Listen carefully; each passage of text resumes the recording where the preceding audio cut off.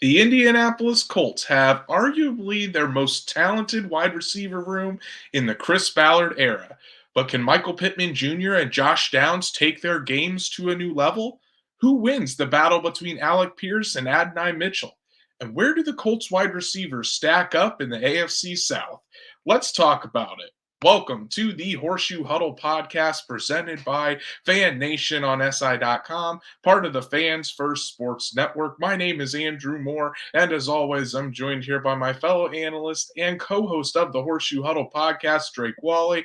Drake, I don't know about you, man, but I'm really excited about this wide receiver group. We know what we're getting with Michael Pittman Jr., but I think he can take his game to a new level, having Anthony Richardson as his quarterback.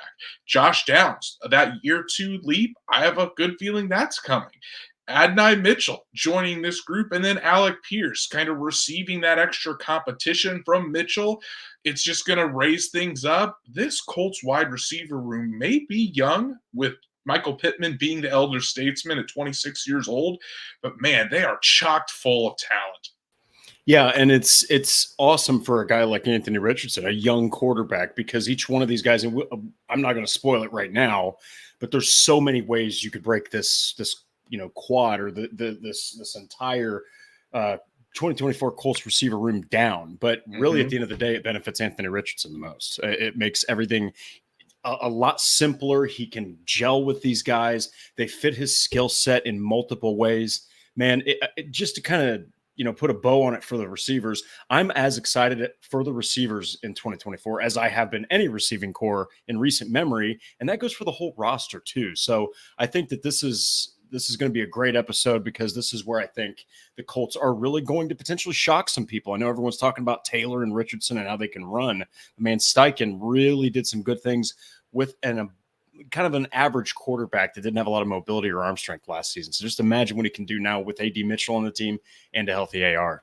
Exactly. So tonight we're going to continue our positional breakdowns with the wide receiver position. We're going to go through the entire group, player by player, especially the ones that are expected to have a big impact with the Colts this season. And then, of course, we are going to compare the Colts wide receiver room to the rest of the AFC South. But let's take a look at the chat as we get people coming in here to join us tonight. Thank you so much, Truitt, for the $2 super sticker, our loyal listener, our loyal contributor. We really appreciate all of your support each and every episode. And Truitt has a message. Happy anniversary to my beautiful wife, Dawn. 27 years, 2 awesome kids, 1 awesome son-in-law.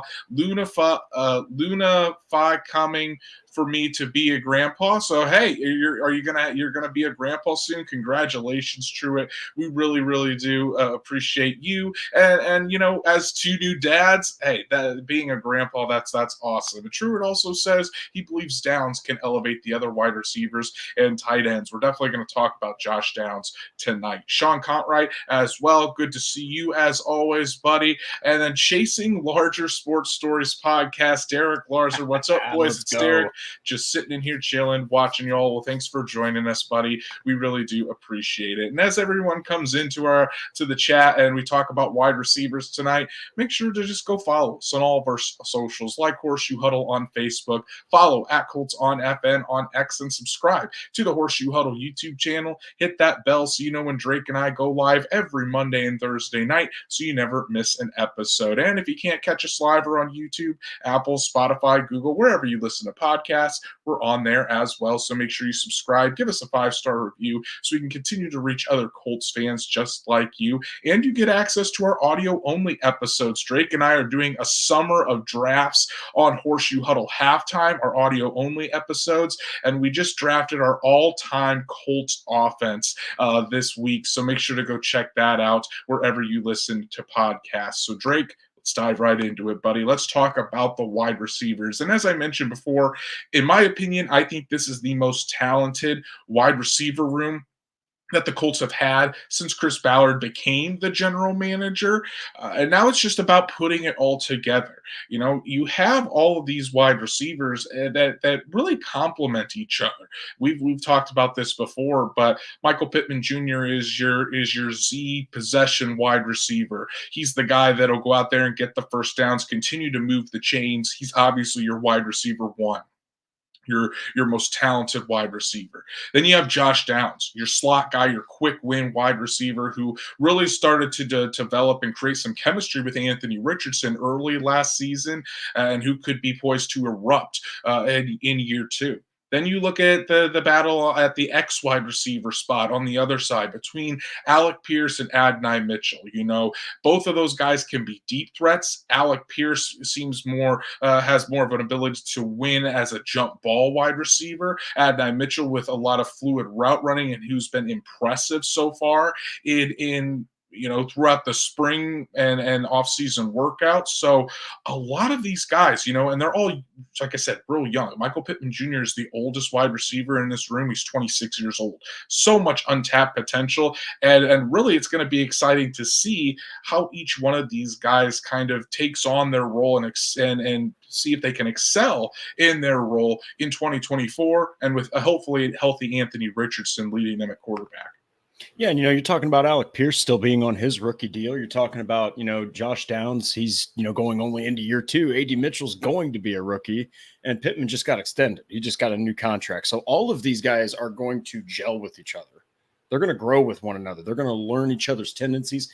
Most importantly, and Andrew, I know that you've mentioned this multiple times, we will not apologize for saying this. It's all about Anthony Richardson. So most importantly, all of these guys as a unit, they make a really compelling set of weapons for Richardson that he can turn to each one in any given situation for a short ball, medium route, deep ball, 50-50 ball. There's so many situations that a quarterback has to pass in, and each one of these guys has a unique skill set that can help or bail out Anthony Richardson if he needs to. And let's talk about Michael Pittman Jr. You mentioned it, that new contract, 3 years, $70 million, $46 million guaranteed. That's top wide receiver money.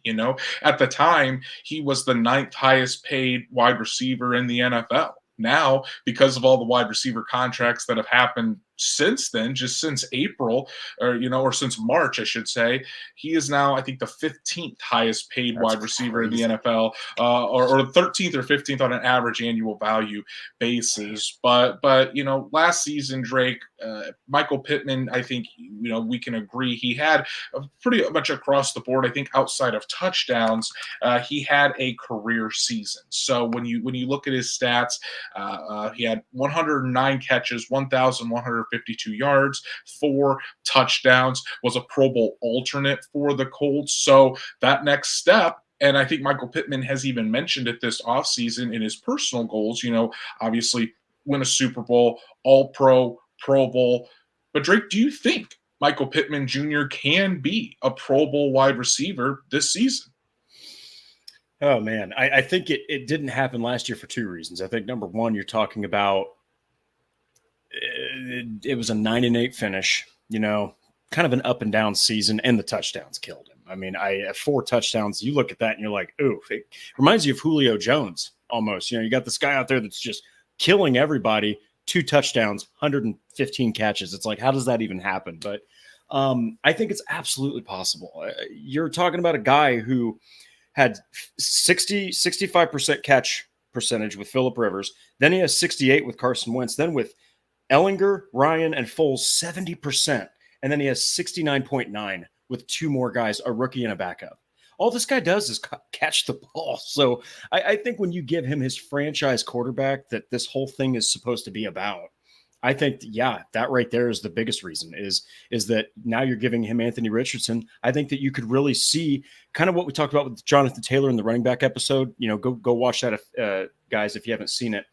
But you might not see 109 catches. You might see let's say 95 or 90, but you're going to see 1,200 receiving yards. You're going to see bigger plays. There's going to be more than just 10.6 yards per catch.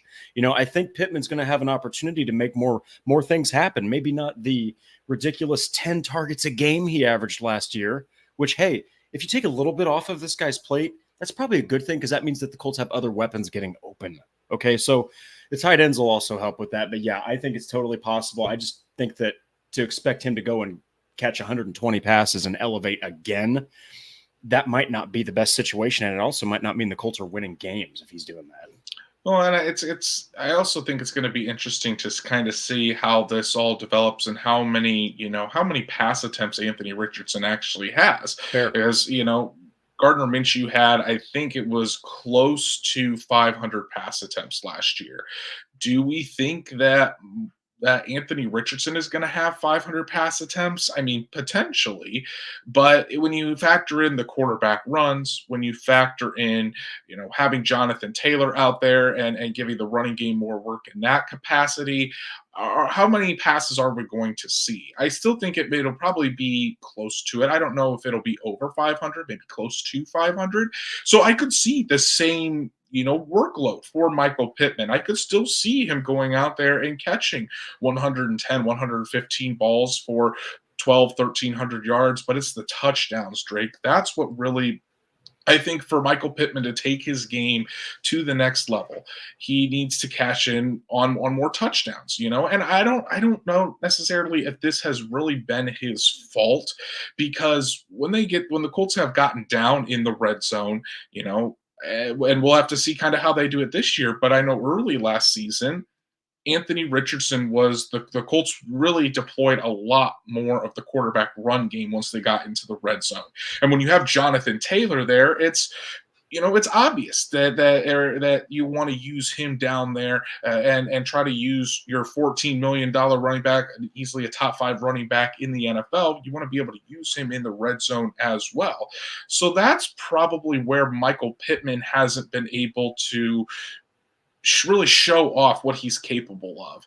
Do the Colts use him on more jump ball situations? Because it does seem like whenever Michael Pittman Jr. is put into a jump ball situations, a lot of times he comes down with the football, but the Colts really haven't used him in that capacity. So that's what I think is going to be the biggest question mark heading into the season, is how the Colts use Michael Pittman in the red zone, and if we can see more touchdowns out of Michael Pittman.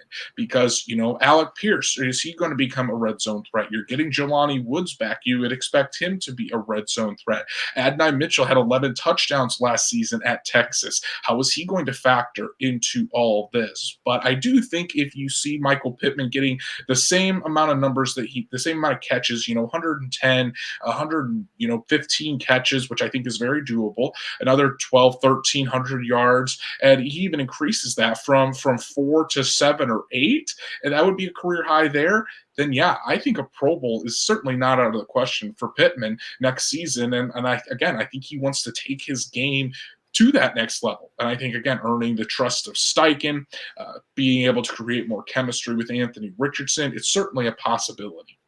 Yeah, and it's a different skill set. Like you said, you got more accuracy with Minshew, but you've got more athleticism with Richardson, which, as we've said with Zach Moss in that game against the Titans, it makes defenses think when he's on the field.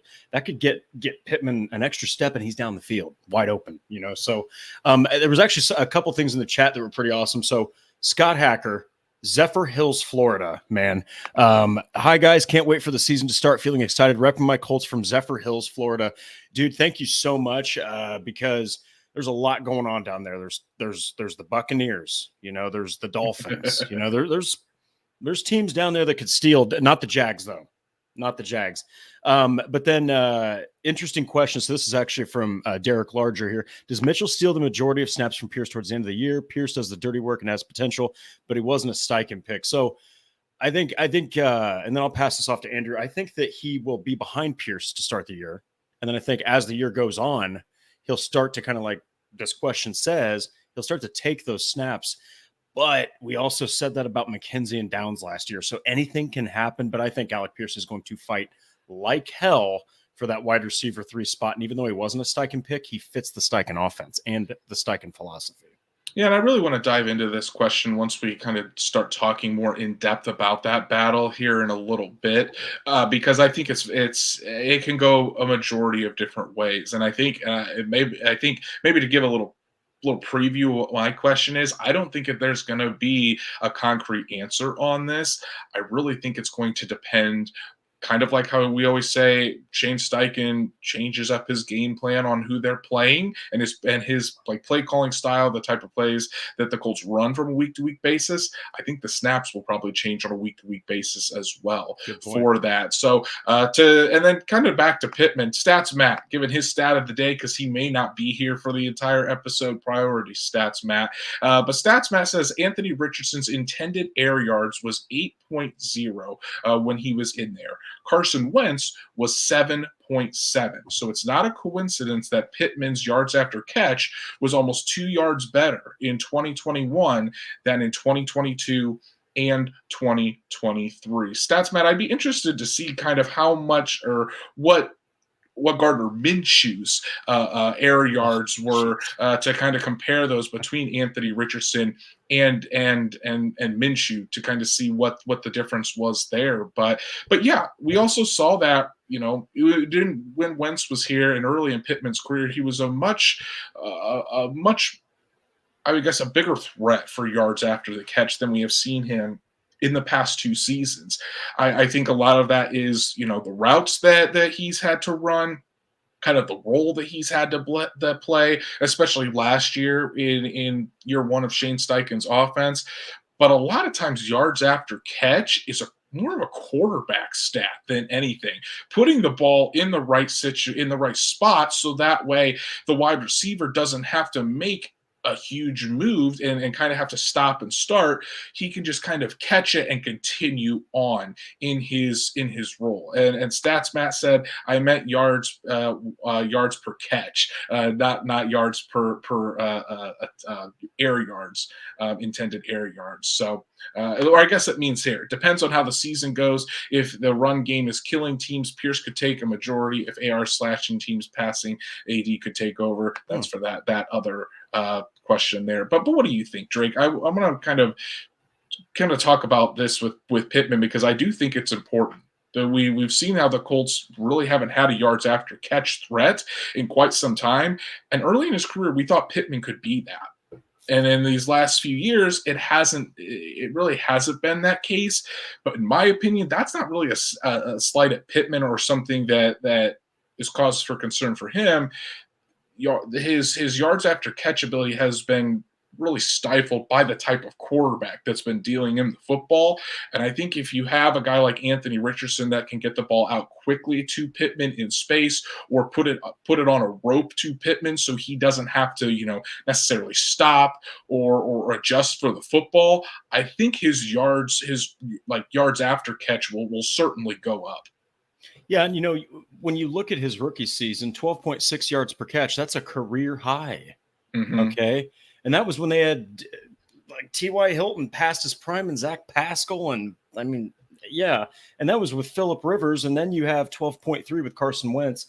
Then you have 9.3 and 10.6. So stats Matt nailed it. Right there it is. I know Wentz was wild, but he would absolutely not give a damn if there was four corners on Pittman. He would still throw that freaking football. And Pittman excelled in that role because he still is a physical guy. Now with Rivers, it was more of just putting the ball in stride out in his hands where he doesn't have to stop, look back. He can just catch it, look right upfield, and just start gathering green, man.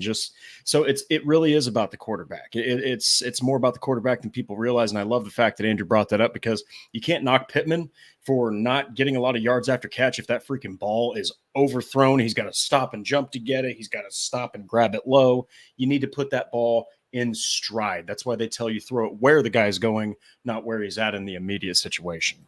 And I think a lot of that just comes with, the more reps you get with your wide receivers, the more chemistry you get down, then I think, that ends up being the case when you have a consistent quarterback wide receiver connection. That's kind of what Scott is talking about here. When we think, asking, do you think the wide receivers will be better when having AR being able to hit them in stride? Absolutely, they will be, and that's what's going to generate more yards after catch. But he also says, I know the last several years we really haven't had that. Josh Downs, I think, is going to be really special. He reminds me so much of the Ghost, and that's a good segue into Josh Downs, Drake.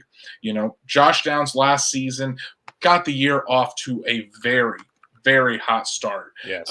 He came in, ended up finishing the year a little down because of that knee injury that was bugging him last season, but overall, still a really good season, especially with Minshew as the quarterback. 68 catches, 771 yards, 2 touchdowns. You'd like to see those get up a little bit, but the 68 catches was a franchise record for a rookie wide receiver.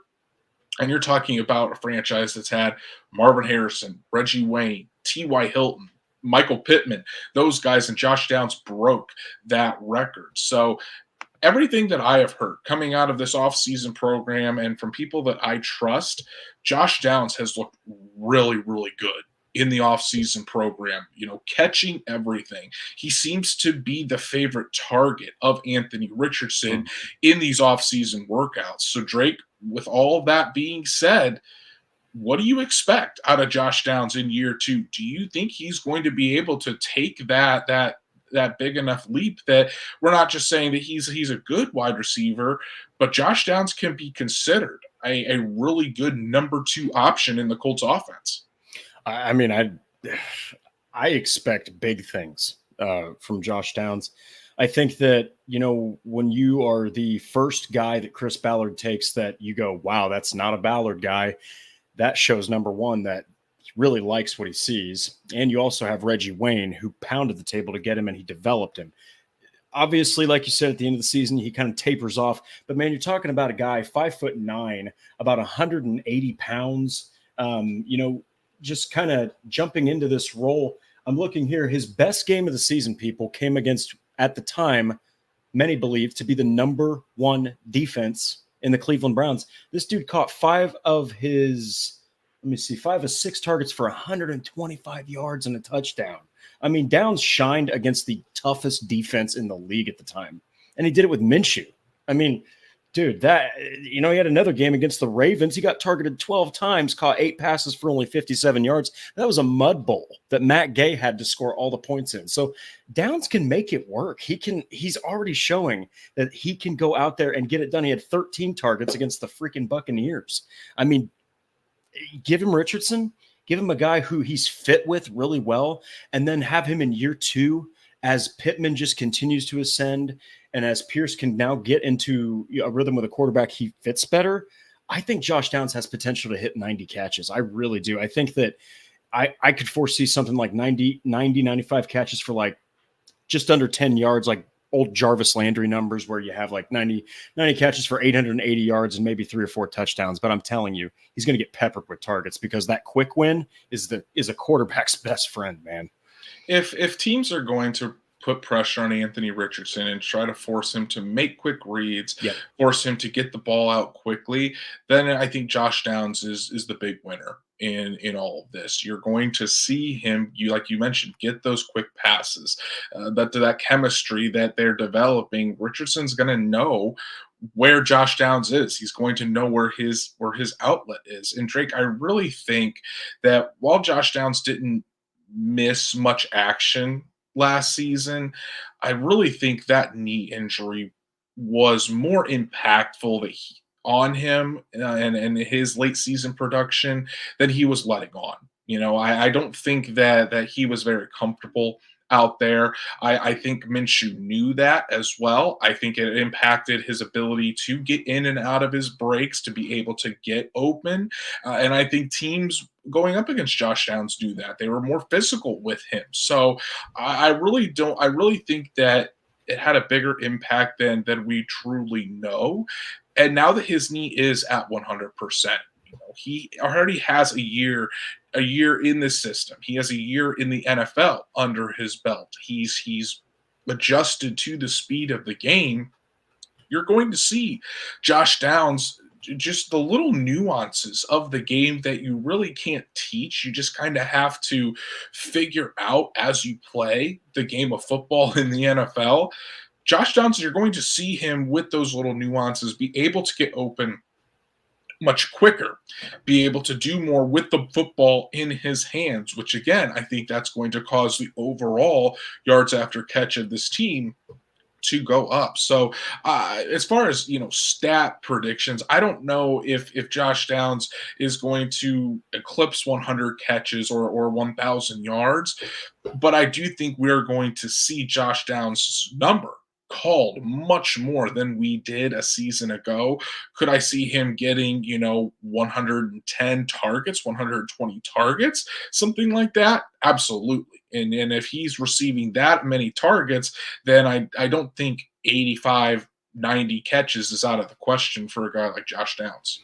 Yeah, and I think that Shane Steichen, while he wants to be explosive, you also need to be able to soften up that defense. You got to hit underneath throws. And like we've said, Andrew, it is a passing league now, but it's not passing. It's not a passing league in the sense of, hey, go deep, deep, deep, deep. It's far, far more of short passes, completions, volume completions, big shot down the field. Now, not to say that Steichen won't go out there and run 4 verts all freaking day if he can, because that's what he really wants to do, man. So I love Josh Downs in this offense. I think that, again, it's so good for him to be with Anthony Richardson because they've built the rapport, they've built the tendencies, they know each other very well, and we've already seen that chemistry hitting right where it left off here in camp, this season. So I'm pumped. I cannot wait to see what Josh Downs does. And like you said, even people, if he's not out there catching 80, 90 passes, definitely don't lose faith because this guy, there's a lot going on in this offense. And I think that, especially with that tight end group, I think that there's going to be a lot of different receivers that are going to get targets, but Downs is still going to be one of the top 2, top 3 guys on this offense. Now let's talk about the battle for that X wide receiver spot, Drake. Alec Pierce versus Adonai Mitchell. And as Derek kind of put in a question earlier at talking about, does Mitchell steal the majority of snaps from Pierce towards the end of the year? Pierce does the dirty work and has potential, but he wasn't a Steichen pick. And I don't know if I don't know if necessarily being a Steichen pick has really anything to do with it. It doesn't seem like Shane Steichen is that type of coach that favors his own players over another. I mean, Shane Steichen's a no-nonsense guy. And whoever's going to give the Colts the best chance to win football games, that's who's going to be out there. I don't think Shane Steichen is the type of coach that has his guys. But I do think that Pierce and Mitchell can both contribute to this team, Drake. And kind of like Derek had mentioned, Pierce does all of the dirty work. There's no denying Alec Pierce is the best blocking wide receiver on this team. That automatically gives him a crucial role in the run game. Now, are you going to trot out Alec Pierce every single time there's a run play, or that's the only thing he's going to do? Absolutely not. That'd be like red flags going up, and everybody would say, "Oh, Pierce is on the field. It's going to be a run, so watch out." No, absolutely not. Pierce is still going to have a role in the passing game, but I do think it's not going to be he's not going to play the 94% of snaps that he did a season ago. Adonai Mitchell is already cutting into that from his performances throughout the offseason, throughout spring practices, OTAs, minicamp. It seemed like whenever we had access to watch practice, Adonai Mitchell was making plays, and they do bring different skill sets. Alec Pierce he's bigger than Adonai Mitchell, both I think in height and in weight, which you don't really think about. Now Mitchell is faster than Alec Pierce, but Pierce still runs a 4.40, and I think he's also better in jump ball situations. But where Adonai Mitchell excels getting in and out of those breaks, his route running. I said this during the draft process, and I'm going to continue to say it. When you watch his tape, when you turn it on, his route running really reminds me of CeeDee Lamb. Am I saying he's going to be CeeDee Lamb? Absolutely not. That's not fair to the kid. But, man, the similarities of how they're able to create separation at the top of their routes, he looks like CeeDee Lamb. And it's just so smooth. It's so fluid, the way he sets up those defensive backs.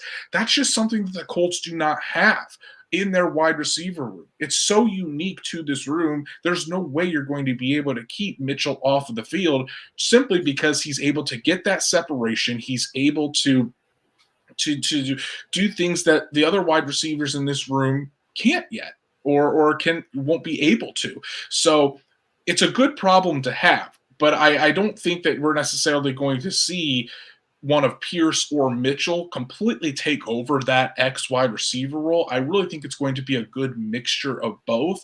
If I did have to bet and give an answer, I would say Mitchell takes over the majority of those snaps, but I don't think it's like 90-10. If anything, I think it's probably, it'd be 60-40, a 60-40 split, if I would have to say.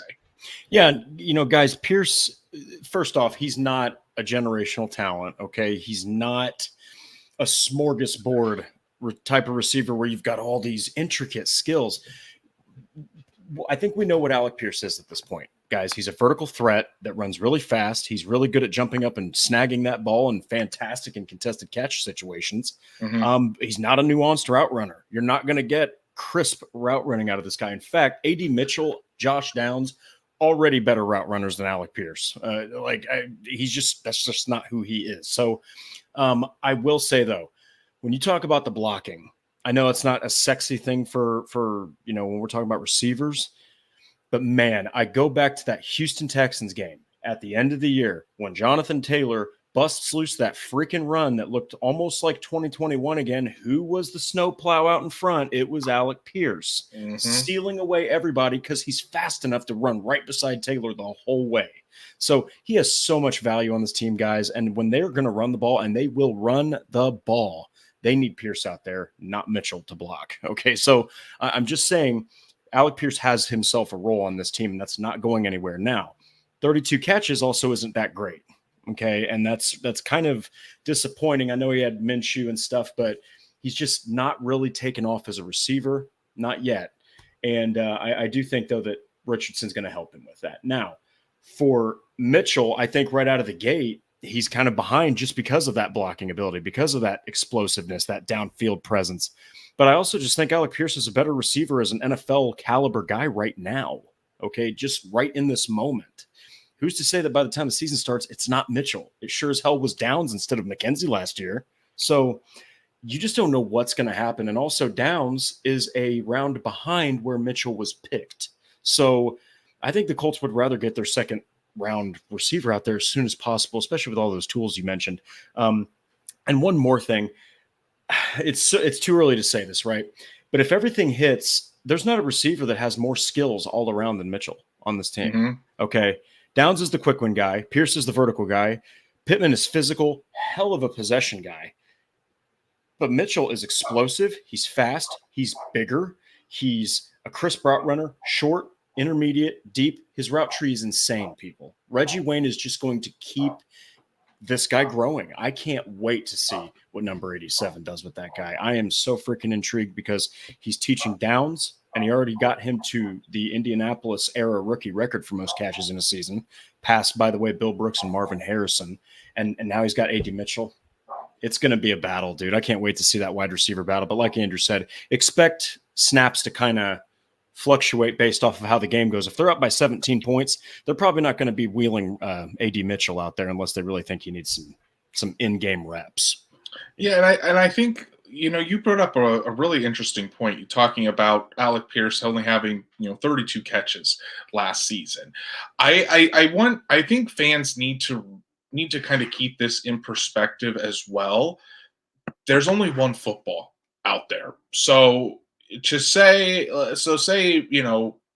just as an example, Adonai Mitchell goes out there in his rookie season, has 40 catches for 600 yards and 3 touchdowns.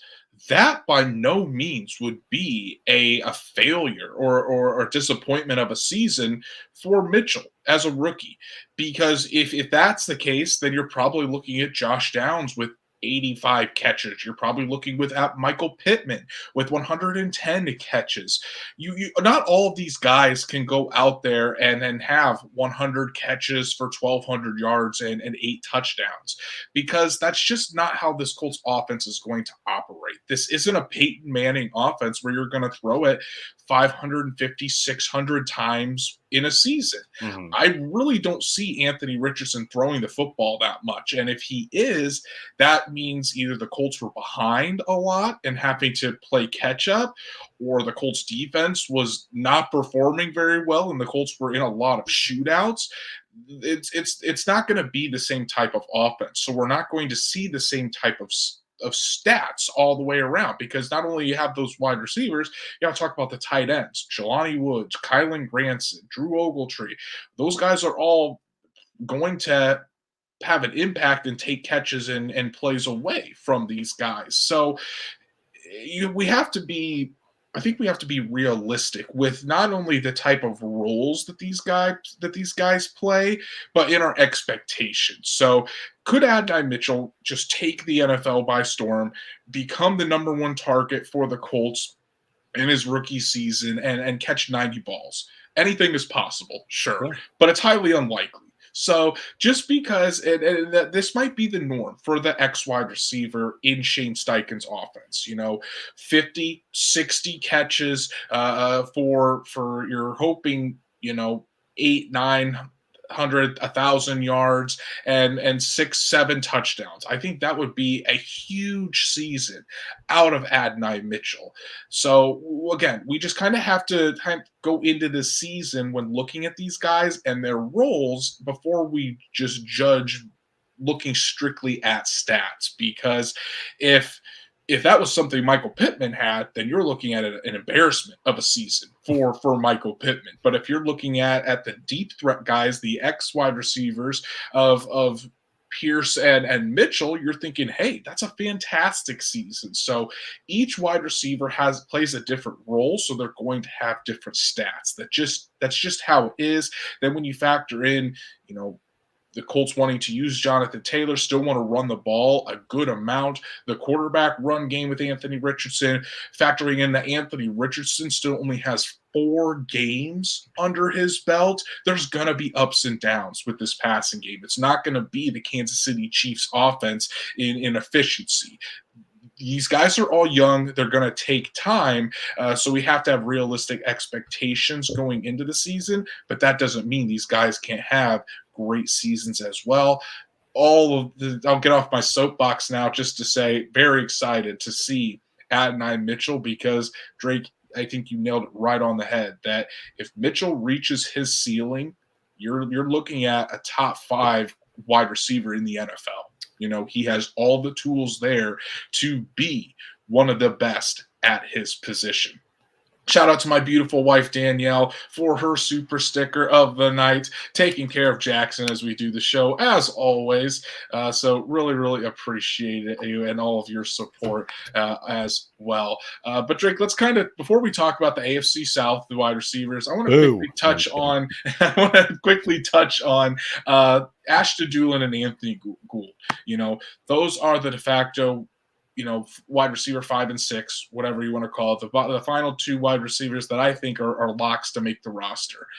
In your opinion, is there really any other wide receiver that is going to challenge these guys in terms to make the roster? Or do you think the 6 of Pittman, Downs, Pierce, Mitchell, Dulin, Gould is already locked in for the 6 wide receiver spots on the 53-man roster? I think they are locked in. I think that Ashton Dulin, I mean, the Colts love him. They love him. And kind of like what Derek mentioned there about Alec Pierce, the Colts love Alec Pierce. All right. They like guys that just go out there and they get it done. Ashton Dulin, by the way, I think he has over 20 career special teams tackles. Insane for a wide receiver. And I think that Anthony Gould, I mean, he's going to be kind of that gadget guy, big time kick returner. I think if there's one person, though, that could challenge them, it's DJ Montgomery, because I do know Shane Steichen likes him, but I think even he's probably on the outside looking in, probably looking more like potentially either being cut or putting on the practice squad, because he was off and on the team all last fall.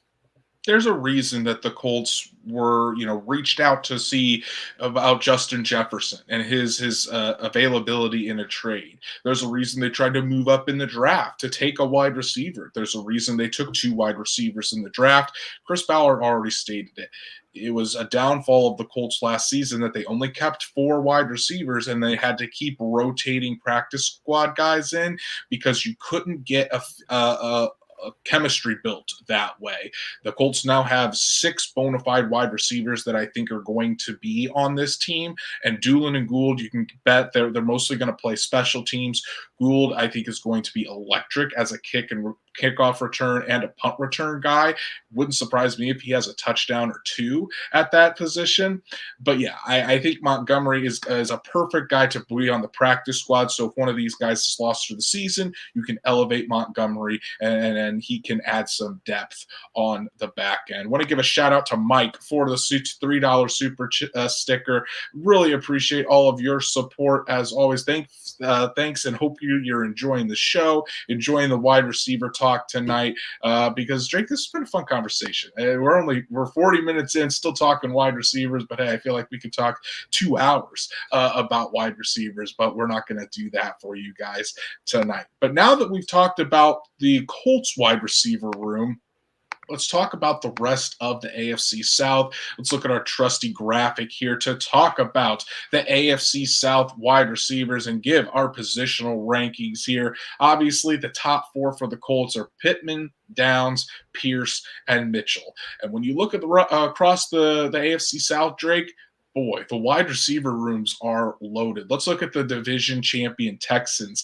They bring on Stephon Diggs, who wasn't a Pro Bowler last season, but, a perennial Pro Bowler in the past, has made some All-Pro teams. Stephon Diggs takes over that wide receiver 1 role in the Texans offense, becomes a C.J. Stroud's go-to target. And then Nico Collins, fresh off of a brand new contract himself that basically mirrors Michael Pittman. He had 80 catches last season, 1,200 yards, 8 touchdowns. Nico Collins really burst onto the scene. And then you have the rookie Tank Dell, who, just like Josh Downs, was having a very good season before he got hurt. And Tank Dell is, you would have to assume, is going to pick up right where he left off last season. And then you have the veteran Robert Woods bringing depth, and he can really play all 3 wide receiver positions. The Jaguars, Christian Kirk, really outside of Evan Ingram, I think is now the favorite target for Trevor Lawrence, the $275 million man, Trevor Lawrence. I forget exactly how much his contract is worth, but just insane, $55 million a year. But they get Gabe Davis from the Bills. The Bills lose their top 2 wide receivers in Diggs and Davis. Davis comes to Jacksonville to be that deep threat. And then the Jags scooped up Brian Thomas Jr., who, Drake, we thought would have been a really good fit for the Colts. At number 15, he instead goes to the division rival Jaguars. And then the Jags also signed Devin Duvernay from the Baltimore Ravens. Kind of, again, more of a smaller wide receiver, but it has flexibility, can play a lot of different positions in that offense. And then the Titans, they did a really good job of stealing one of the best wide receivers in the AFC South from the Jaguars. Of course, you got DeAndre Hopkins, who is their number 1 wide receiver, even though he is already in his 30s. Incredible player still. Calvin Ridley goes from the Jaguars to the division rival Titans. And then you have Tyler Boyd. Well, definitely on the back end of his career, still a really solid slot player. And then to round out the top 4, Nick Westbrook-Akina. And so the Titans definitely did some work to try to surround Will Levis with quality talent on the outside. But Drake, I mean, correct me if I'm wrong, but when you look at these lists, boy, that is, wide receiver position is just loaded throughout the entire AFC South. Yeah, and each one of these teams, the Colts made their adjustment to the position by drafting, obviously, and retaining Michael Pittman. Mm-hmm. But man, the Texans, they go and they put a number 1 receiver, which, by the way, people, if I had to make a prediction, I bet you Nico Collins is the wide receiver 1 and Diggs will be the wide receiver 2.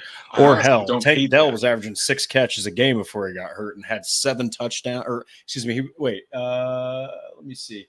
Okay, so I think 4 catches a game, but he had 7 touchdowns in 11 games. So he was making plays, and Robert Woods is that veteran. But man, yeah, like each one of these teams outside of the Colts, they made free agency moves. The Colts go and get A.D. Mitchell. I mean, all of a sudden, it seems like now the AFC South is this far away from becoming a bloodbath. If Anthony Richardson elevates, Will Levis elevates. Good God, dude. This is going to be a war zone, and whoever the hell comes out of that, good luck playing them in the playoffs, because they're going to be dealing with high-level competition in the postseason after dealing with high-level competition 6 games out of the 17 that they play. Yeah, well, and Drake, you think about it. All 4 of these teams in the AFC South have young quarterbacks: Yeah. Richardson, Stroud, Lawrence, and Levis. That's right. You're trying to build around your young quarterback, and what's the best way to have a young quarterback succeed? Give him weapons, So you look at the Colts. Pittman, Downs, Pierce, and Mitchell. You have 3 second-round picks right there and 1 third-round pick. I thought Josh Downs would have been picked in the second last year. So in my opinion, 4 second-round picks, it's a lot of draft capital into your top 4 wide receivers. The Texans went out and traded for Diggs. I think a third-round pick in Nico Collins, a third-round pick in Dell. The Jaguars, I think they're top 2 in Kirk and Davis and even Duvernay, all free agent signings. So doing it a little bit different. The only one there that they drafted was Thomas. Same with the Titans. The Titans signed DeAndre Hopkins in free agency, signed Calvin Ridley in free agency. Tyler Boyd in free agency.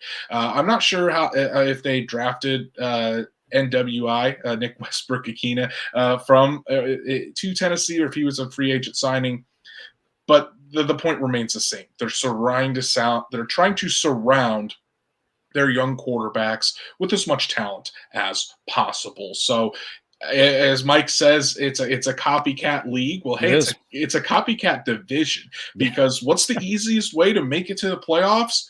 Win your division. So with this kind of firepower, I mean, this could be looking at a year or 2 down the line, but don't be surprised if the next thing we see is the AFC South teams loading up in the secondary to try to stop these quarterbacks and these wide receivers. I think that could be the next AFC South wave that we see. But Drake, as you look at all of these, these position groups, you see all of these wide receivers, all of this talent.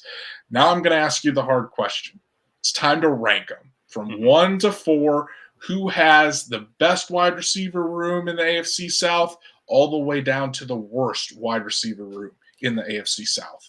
Yeah, so the best one is the Texans. I think it could have been a fight for the best one without Diggs.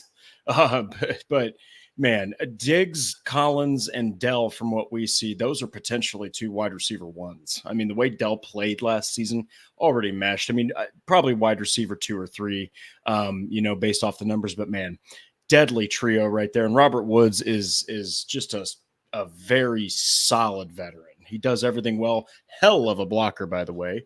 So then the second one, Colts fans, you're going to hate me. I'm going with the Titans. I'm going with the Titans because of the veteran presence. Okay.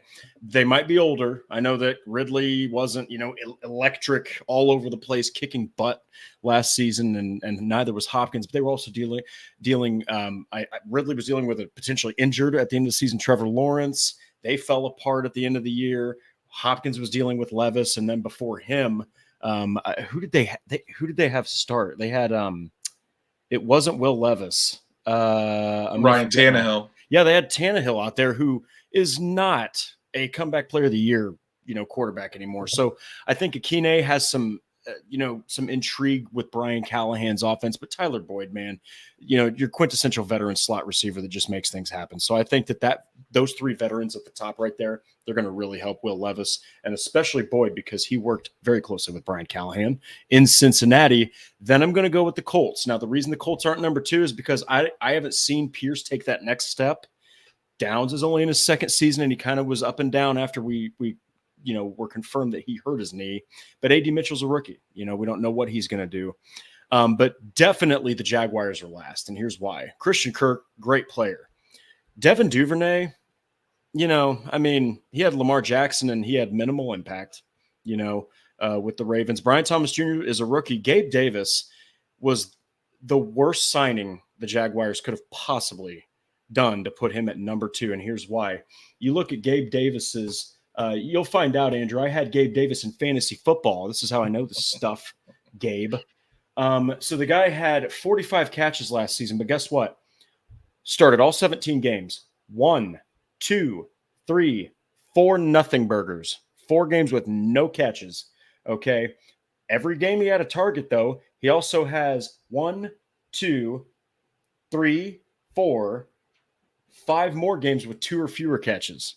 So he is boom or bust. And when he's bust, he's invisible.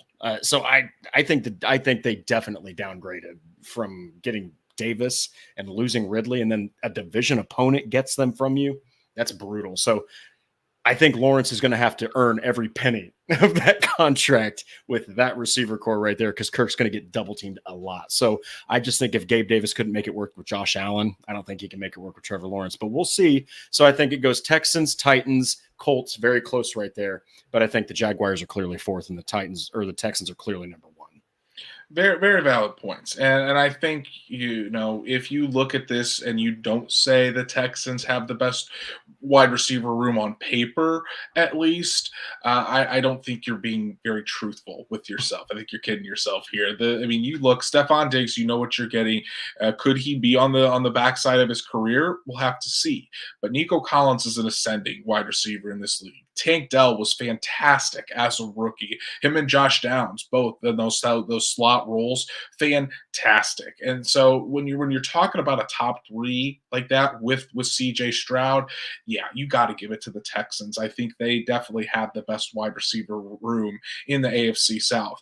Then I'm going with the Colts, Drake, and here's why. I understand DeAndre Hopkins and Calvin Ridley and Tyler Boyd are all there with the Titans, but you're looking at guys that, again, are getting older.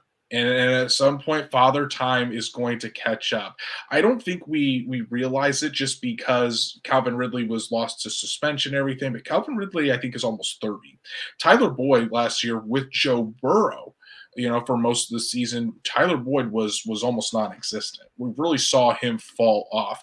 Now that he goes Will Levis, I don't think it's going to get much better. Sure, he's a veteran presence. I like that, but I don't think he is going to really produce at a high level. With Calvin Ridley, he barely got to 1,000 yards last season in the Jaguars offense. So again, you have 2,000-yard receivers. I'll give you that, but Calvin Ridley was the top wide receiver for the Jaguars last season.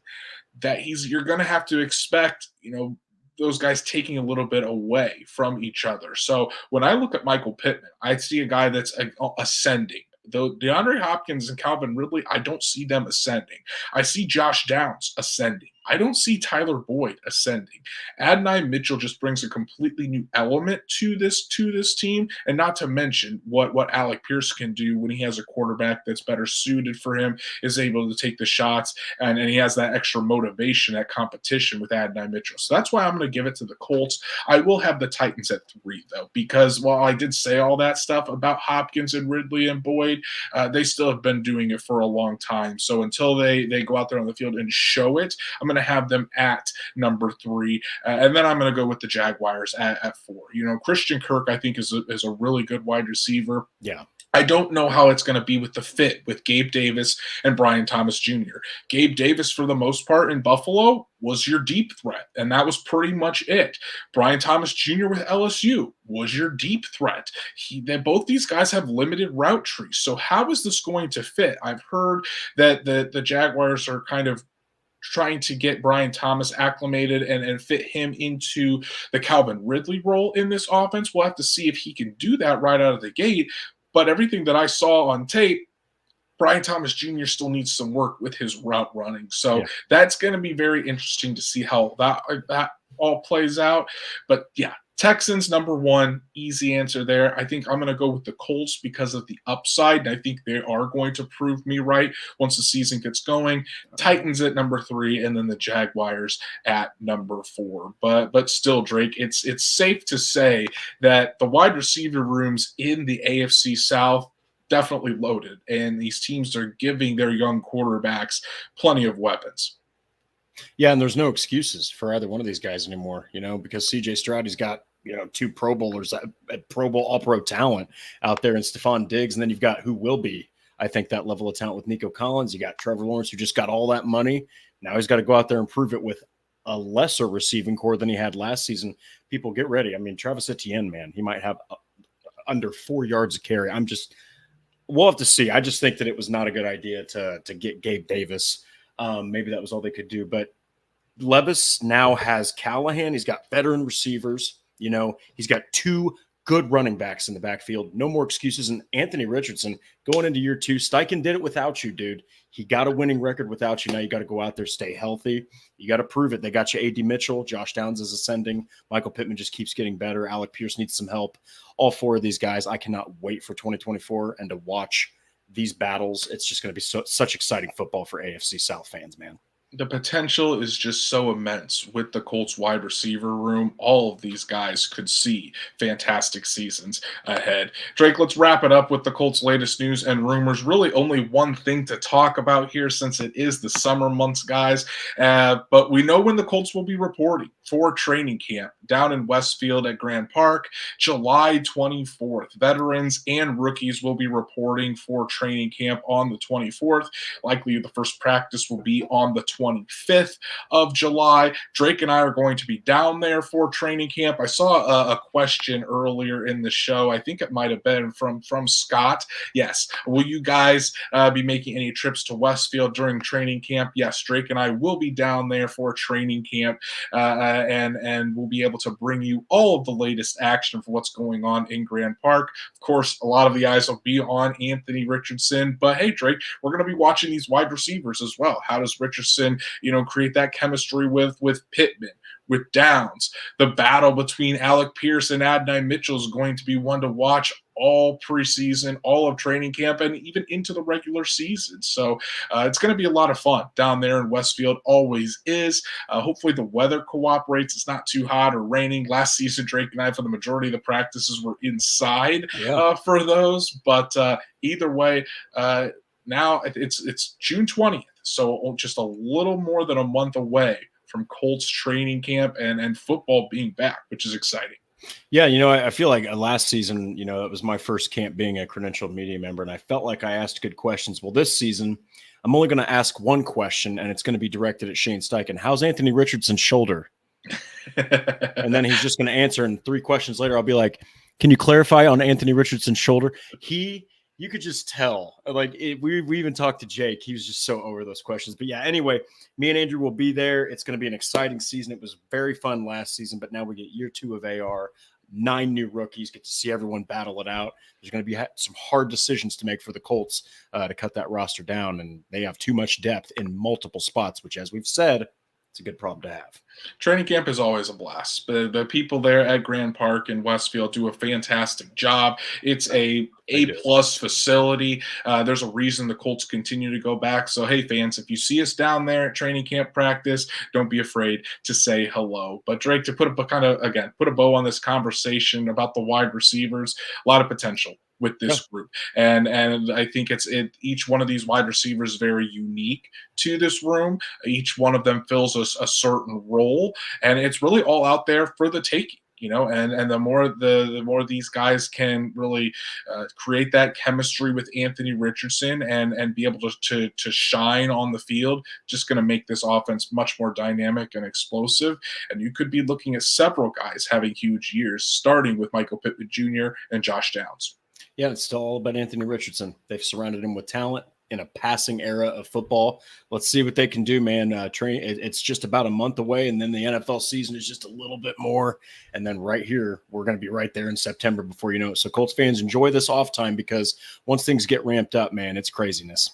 Exactly. And that's our show for tonight, guys. Really appreciate everybody tuning in to talk about the Colts wide receivers. Want to give a shout out to all of our super stickers and our super chats for the evening. Truett, my beautiful wife Danielle, and Mike. Thank you guys all so much for your support, and everyone else that tuned in to talk Colts football with us tonight. If you haven't done so, please go follow us on all your socials. Like Horseshoe Huddle on Facebook, follow at Colts on FN on X, and subscribe to the Horseshoe Huddle YouTube channel. Hit that bell so you know when Drake and I go live every Monday and Thursday night, so you never miss us throughout the off season. And if you can't catch us live or on YouTube, no worries. Apple, Spotify, Google, wherever you listen to podcasts, we're on there as well. So make sure you subscribe, give us a 5-star review so we can reach other Colts fans just like you. Drake, I know you've been writing away on horseshoehuddle.com, because if you guys go to horseshoehuddle.com, most of the top, I think the past 10 stories, most of them are authored by Drake Wally. You've been absolutely killing it, brother. Tell the people what they need to go check out. Oh, just doing a lot of aggregate work because it's downtime, baby. But I did do one that I'm very confident in: 5 cut candidates for the Colts in 2024. I don't like writing those pieces, but it's a business, so I have to.